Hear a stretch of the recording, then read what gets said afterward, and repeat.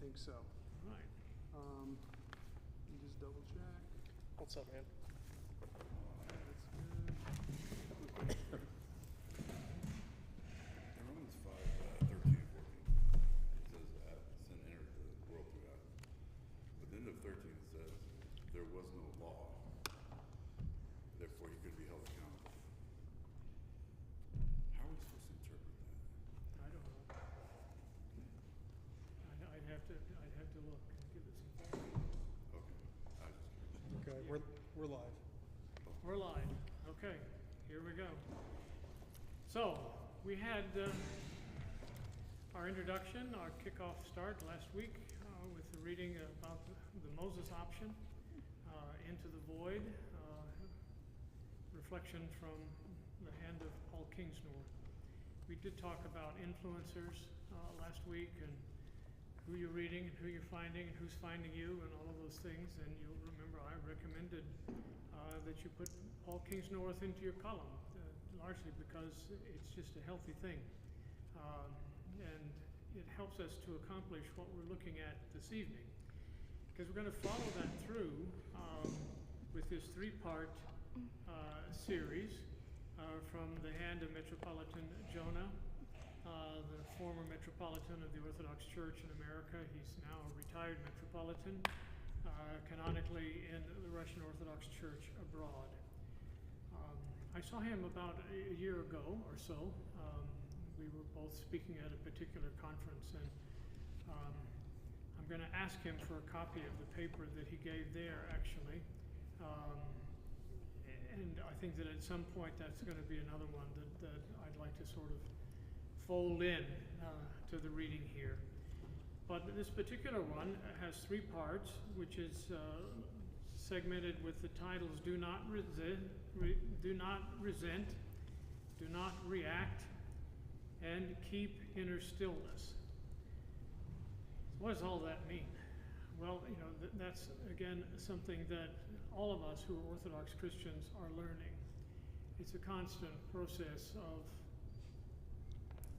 sanctification, to use a Methodist term. You know, the Methodist movement by the Wesleys were searching and searching for a way to put a heart, so to speak, back into what was a very moribund, dead church. You know, where the bishops were more concerned about their seats in the House of Lords than they were about being successors to the apostles. And where did they turn? They turned east to the Orthodox. And so they didn't use the Greek term theosis, but they did use the term sanctification. And most modern day Methodists, that's not like a sort of big talking point for them, nor a big understanding point for them. But for the Wesleys it was. And much of what the Wesleys were trying to achieve in terms of inner stillness and focus is part of the Orthodox Christian tradition. It's just simply there. But as I said, our own people have to constantly work at it and relearn. And it is a task. We talk about often in the Orthodox Church the reality of being engaged in spiritual warfare. And that's exactly what it is. And so it's tough. There's a lot of chatter out there about how Orthodoxy is really for men. And that's why so many women are not finding it as attractive as their husbands or their boyfriends or whoever. Well, I've spoken to an awful lot of Orthodox women about that, and they would just simply say something like rubbish. There's just simply an understanding by everyone, male or female, that engage in orthodoxy is work. And it's not a male thing or a female thing, it's just a reality of what it is. But how do you get there without burning yourself out and just walking away resentful, which is the first thing we're told in this segment not to do, not to resent.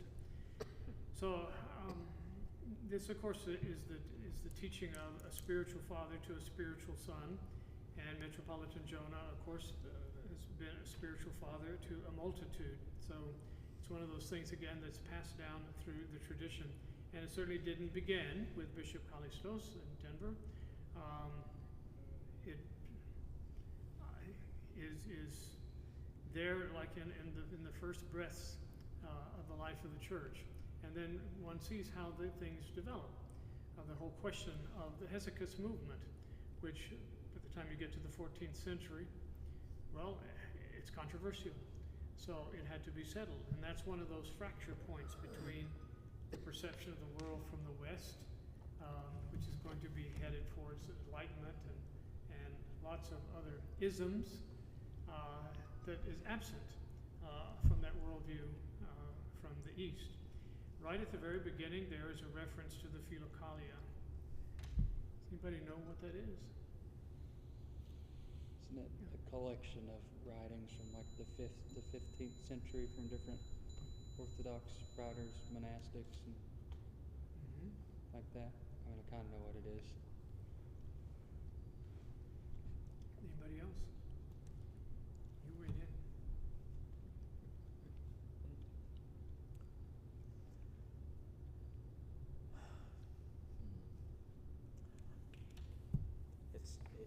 It's hard to talk about because it's a big piece. I mean, in some contexts, it's 4 volumes, but in a sense, it's an unbroken tradition of spirituality, which, as you said, began like in the 4th century and has matured over the centuries, and is one of the great pearls of great price for the Orthodox Church, and it immerses you in the apophatic way, the way of turning your brain off and trying to define God and understand God in Western terms. It's more of a purely spiritual approach to God. There are 5 volumes available in English, published by Faber and Faber in the UK, and not this Bishop Callistos, but the relatively recently reposed Metropolitan Callistos of Dioclea. Sort of really pushed to get volume 5 completed before he's reposed. In fact, in the introduction, he apologizes for the large gap in between 4 and 5, but it's done. I'll try to remember to bring a copy of that particular one next week. But they are a collection of Orthodox Christian writings, what we would call spiritual wisdom, and they are disciplines. And that's, again, it's not a very popular word in American culture, the word discipline. We don't like it. We prefer things like freedom, and we interpret the word freedom how? No responsibility. Exactly. Well done. I like that one. Yes. But whatever I want to do. Whatever I want. Yes. So in the Orthodox Church, you will also find references often to practice. There's a famous thing that gets repeated, and I'll be honest, I'm not sure anybody knows the real source of it. And it's kind of one of those things that's sort of come out of the tradition of Mount Athos, which is the great holy mountain in Greece, but where a tourist, a pilgrim, asked one of the elders on Mount Athos, "What do you do all day?" And the response was, "I fall down and I get up, I fall down and I get up, I fall down and I get up." And that's what it's like. And Metropolitan Jonah here makes references to the particular way in which Americans like to sort of self-medicate. And there's a variety of ways in which we self-medicate. Because we find ourselves, falling down all the time, and after a while there's a certain level of exhaustion about, getting up again and trying again, getting up and trying again. And particularly in the mind, that becomes a playground for the evil one, in which he just simply reminds all of us that, well, we're simply beyond hope anyway, so why keep trying? And I think that's why there are so many people who are in bad states of despondency, bad states of despair and depression, and why the suicide rate is so incredibly high in American culture. And so we want to condition ourselves so we don't fall victim to that kind of wounding in our spiritual lives. talked a lot, and I don't want to talk so much, okay? So, some reflection on all of that? Well, where is the hope in American society, right? Where do you look to find hope? Without the church, right? Yes, okay, If you don't go to church, then there really isn't hope without a toxic cycle. okay. Yeah, that's an interesting thing, what you said about, you know, going to church. You know, I'm a child of the 1950s, and the 1950s, when you actually look at charts and graphs, church attendance in America was at an all-time high. It was after the Second World War, but it was there. There was a lot of prosperity going on, and people moving into the suburbs and brand new housing with brand new cars. And people went to church, but there was really a mentality that you take your children to church as a kind of insurance policy, that they would grow up to be good citizens. That really was it. And what did we discover in the 1960s? It didn't work. It didn't work, exactly. Yeah. I can't remember which great 1960s figure, but he said exactly what you said. So when they were burning cities, they said, "What exactly do you want?" And he said, "I want to be able to do anything I want, anytime, any place." Yeah. No restraint. Really, we're victims of our prosperity. When we think, when you and I think about our parents, why do they go to church? Well, they went through the Depression. They knew what hard life was, and so they knew that they needed God.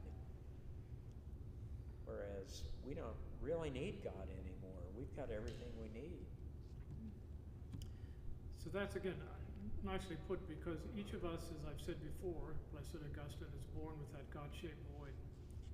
And we spend our lives fruitlessly trying to jam things into that void to find satisfaction, to find peace, and it doesn't work. So I think the other thing that's important here in this reading is what Metropolitan Jonas says about who can apply this spiritual wisdom.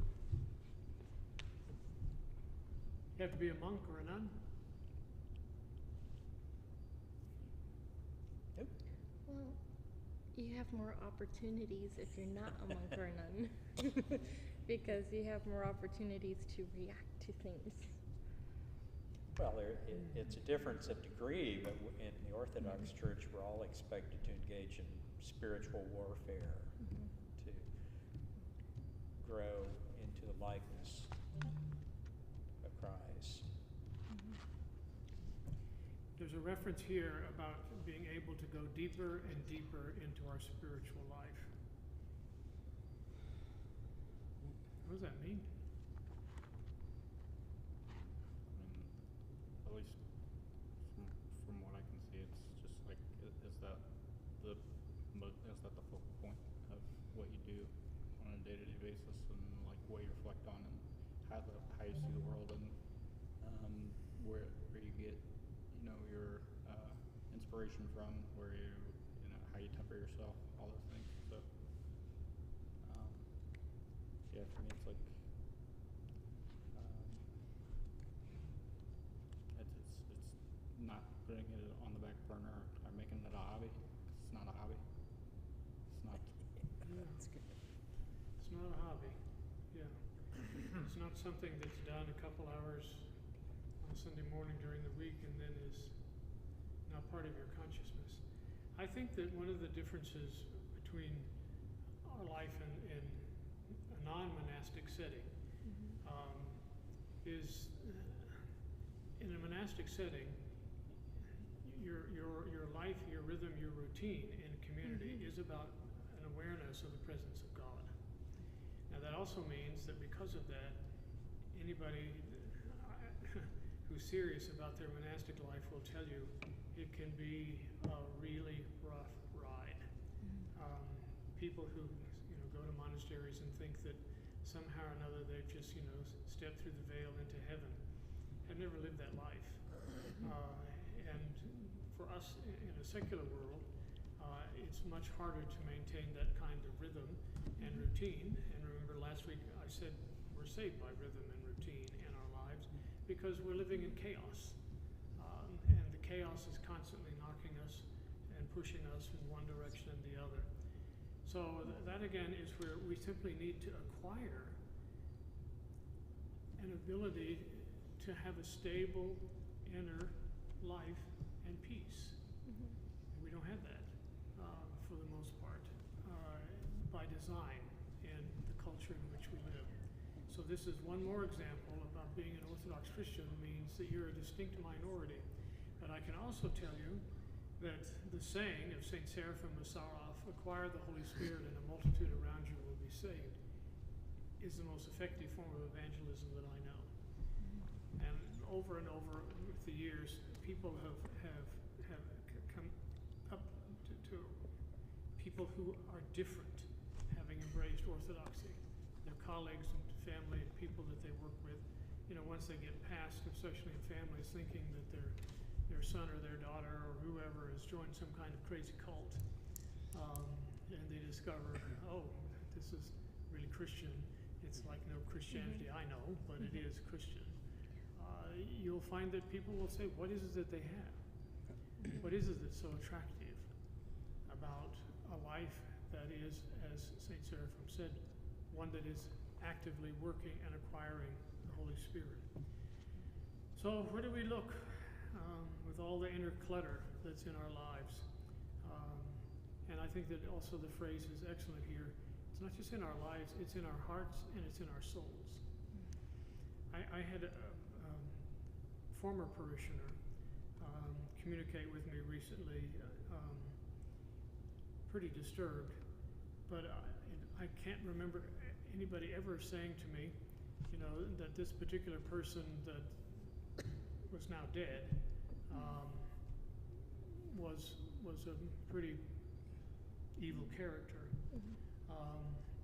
But I don't believe I've heard anybody say that person was so evil that the person was practically not human any longer.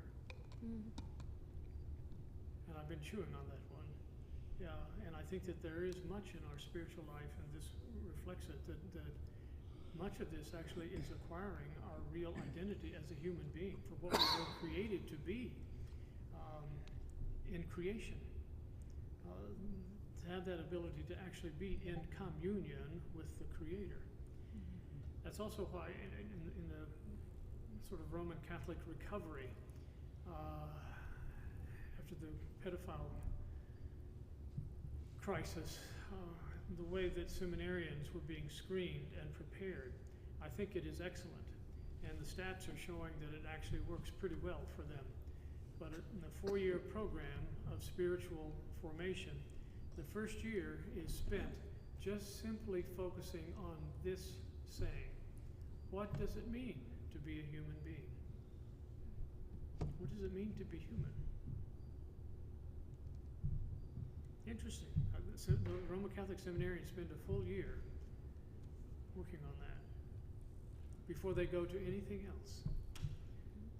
Maybe we have something to learn there. Well, basically, it's anthropology. It's what is our anthropology, and you can't spend much time in an Orthodox church without understanding that every answer goes back to Genesis. That's where it all happened, and so we can understand what our true anthropology was, to be in communion with God. We can understand that our anthropology changed when we decided to be like gods and separate ourselves from God. And so our true purpose is to reestablish that communication with God. It's that simple. So we have an Orthodox theology, our understanding of God, and we have an Orthodox anthropology. Well, we're living in a culture in which a lot of people who wear Christian labels, in fact, and others, are saying that what we need now is a new anthropology, because the old Christian one just isn't working now. So what do you think people are really driving at when they say we need a new anthropology? I think the, 500 years of telling people that they're total trash, that's total depravity. That's Yes. what I believed. I hated myself. I wanted to kill myself. Yeah. And There is that as message that Calvin- we're just no damn good, right? yeah, Yes, you're just horrible, disgusting, and we're sinners. We've fallen, and we fall again and again and again. But we also have the image of God in us, and I think that like evangelicalism, particularly, and before that, Protestantism in general is kind of an atheism factory because of the view of humanity is so low. Low. You can never do anything right, so you might as well do what you want. And I lived like that for a while. So you might as well do what you want. Yeah, because there's no hope, right? Yeah. Yes. Well, and that's exactly the secular instruction, is that you should just exercise your freedom to the max, like you were saying. Yeah.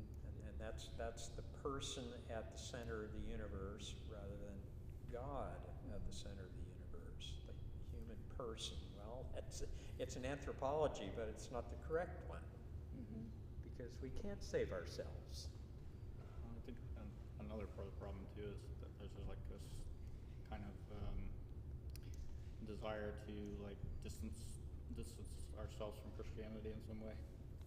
It's a weird like automatic pushback that culture gives, where once anything starts to make sense and align with Christianity, they're like, well, that can't be true. Exactly. Yes. Yeah, if you're like serious Anything about the but- faith, Yeah. it's Anything like, but, aliens built the pyramids, but God can't be real. So people like Paul Kingsnorth, people like Rod Dreher. Just knowing Rod Dreher's working on a new book about Christian history. So what Kingsnorth was writing about last week, the whole question of civilized society, civilized Christianity. What was Kingsnorth saying? Does it work? No, How come it doesn't work? Christ isn't there. It's all the trappings without Christ. I mean, it's a secular Christianity is what they want. Okay. Nice. Kind of like the 1950s that I just described here, that if you take your children to enough Sunday school, they will grow up to be quote unquote good citizens. You had something, Levi. I was just saying that it's like this weird how to put it. Seems to be like a my brain did a thing. It seems to be like that we need like some real grounding, and like if things aren't like philosophically grounded in a way that that actually makes sense, well, I can attach Jesus to anything and then just call it good. And I've seen all these different like interpretations and things of that are like, well, we believe in Jesus too. And I said, no, you don't. Not really. Not really. There's been a lot of second guessing of the Savior, a lot of remake of Jesus in our own image. Which one? Yeah. A lot of Which that. version? That's an important factor in becoming Orthodox. We're not the ones remaking. We're being formed. Rod Dreher has made mention of things like the European Union's constitution worked pretty hard to obliterate any references to Christian history to Europe. What's the result of that? increased secularization. Which isn't holding up to something else. What's that? Islam. Islam. Islam, sure. Okay. Yeah. But everything that the European Union Constitution holds to be valuable was given to them by whom? Christendom. Yes, Christendom, Christians, those who are trying to form their lives into the life of Christ. So, do not resent, okay, as this first step. How do we do that? Continuously take things to God. Pardon? To continuously take things to God. Okay. And confess. We have to continuously be aware of the presence of God, yes, and develop a prayer life in which that becomes part of conversation, part of who you are, that kind of give and take of things. How do you do that without being or coming off as like pushy about that, right? Because non-Christians will take any reference of Christianity as pushy or. Well, again, in one sense, that's their problem. Yeah. But I think if we develop the attitude of Sarah from the Saraf and others, a multitude of saints, we don't come off like what I call an orthodox repellent, like wasp spray. There's a little pun in that, wasp spray. But we want to avoid that, and I think that the recipe for that is the thing that I've referenced a lot within the last month, which is St. Paisius of Athos saying that the first step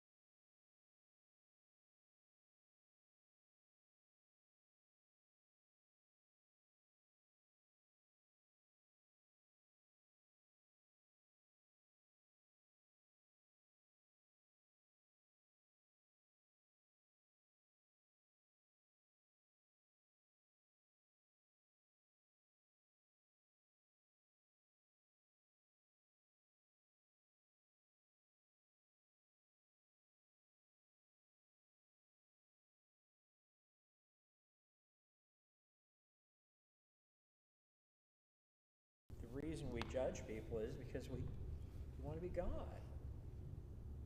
It's not our job. It's God's job to judge. And so, you know, And when we're constantly trying to get back to that Edenic state. when we're judging, we're usually thinking we're better than the other person. Oh, absolutely. Because you can't judge someone if you think you're worse than them. Yep. I also have she's now reposed, God rest her soul, a nun who had a very positive impact on my own sort of interior spiritual life. But talking about the vows of a monastic poverty, chastity, and obedience, she used to say, with her German accent, by the way, that everybody gets all hung up over chastity. She says, that's a piece of cake. She says, it's obedience that's really the difficult one. And I often think about that.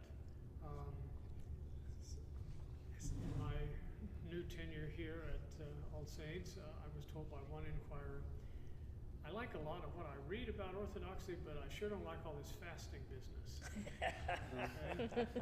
Well, first of all, that person was not engaging in fasting, but they were interpreting fasting as something that you have to do. And the truth of the matter is, we Orthodox Christians don't have to fast. We don't have to. St. Peter gives us some pretty clear instruction about all that in Scripture. But why do we fast?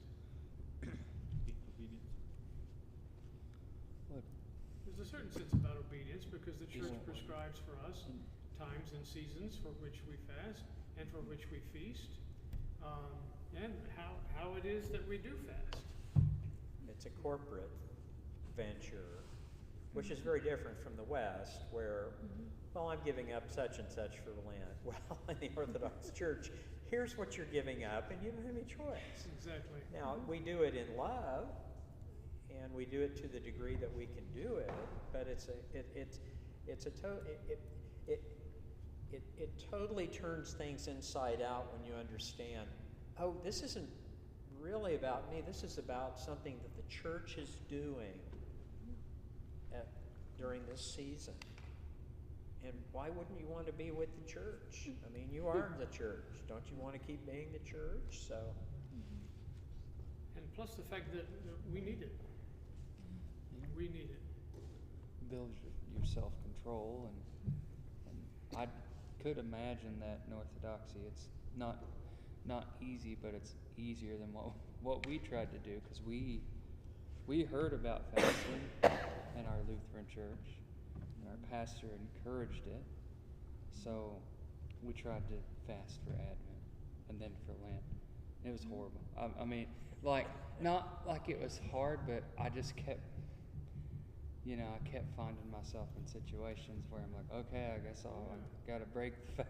And I think Because there's no accountability to no, it. seriously, I think part of it is what Victorious was just saying. For us, it's part of the corporate structure, so to speak. So even when we're weak, the rest of the church carries us. And you will encounter people as the next fast approaches who will say, I'm ready for a fast. They will actually say, I'm looking forward to Lent. I need it. Because not only do you avoid certain foods, but you fill that space with more spiritual things.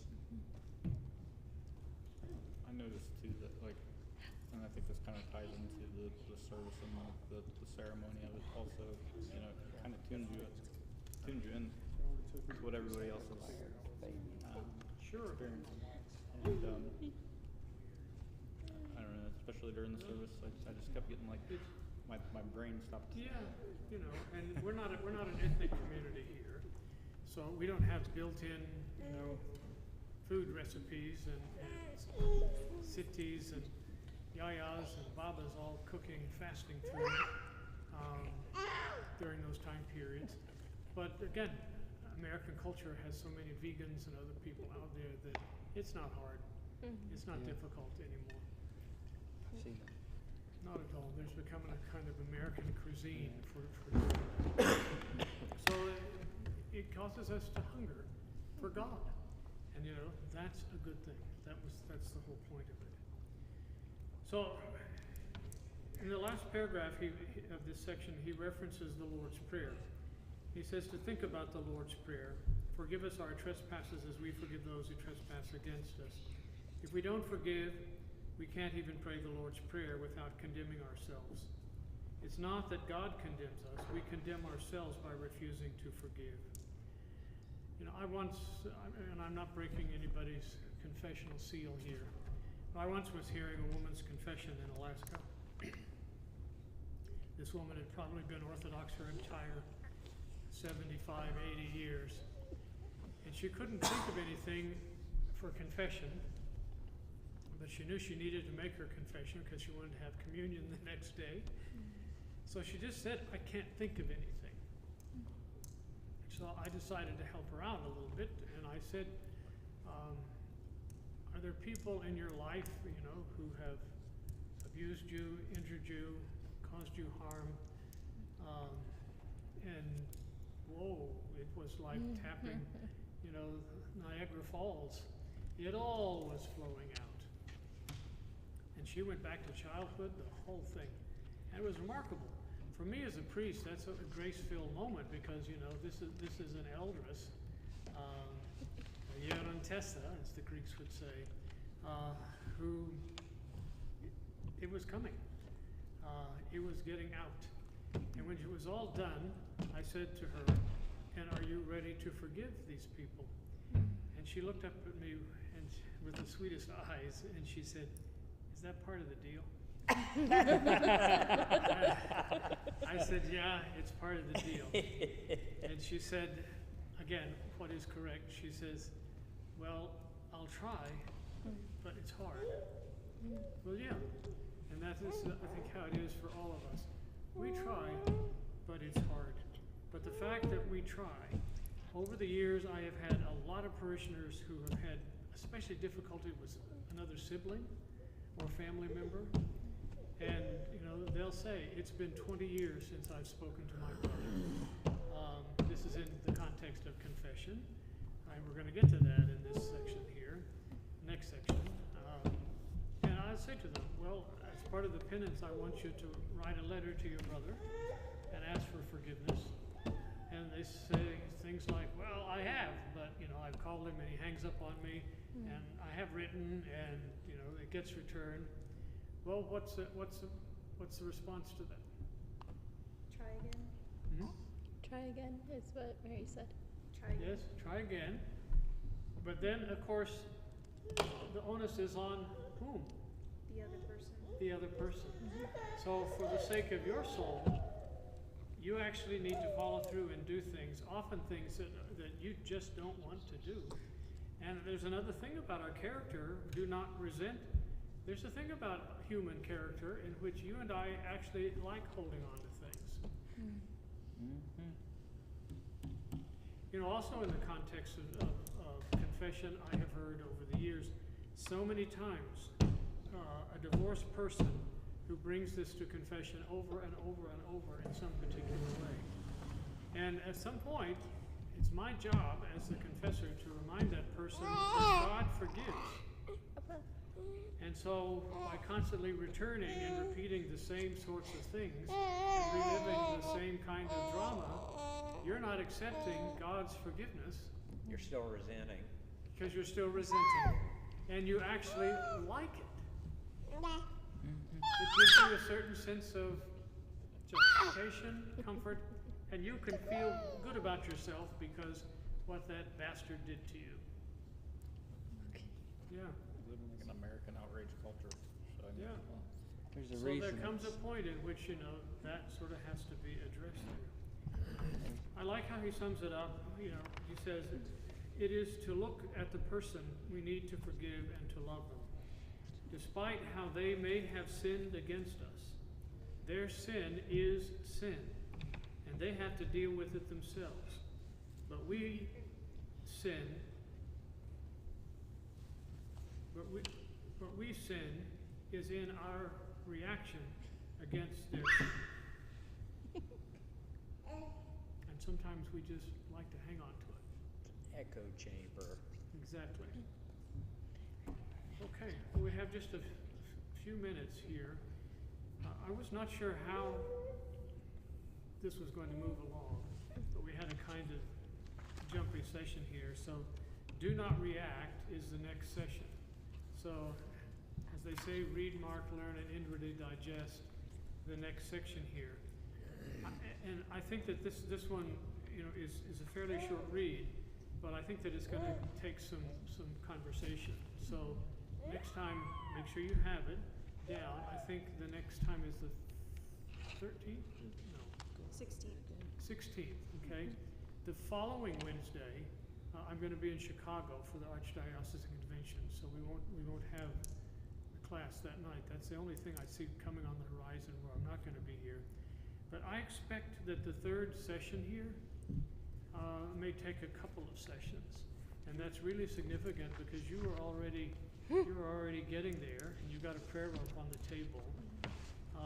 If you haven't acquired a prayer rope yet, that's a good thing for you to do between now and then, at that point. Yes, they come in a variety of shapes and sizes. And we'll look at the whole question of inner stillness and peace and the history and use and rhythm of the Jesus prayer in our tradition. That'd be very helpful. Yeah, good. I'm approaching this in a very different way. You know, this is sort of coming at the beginning of the process and not at the very end.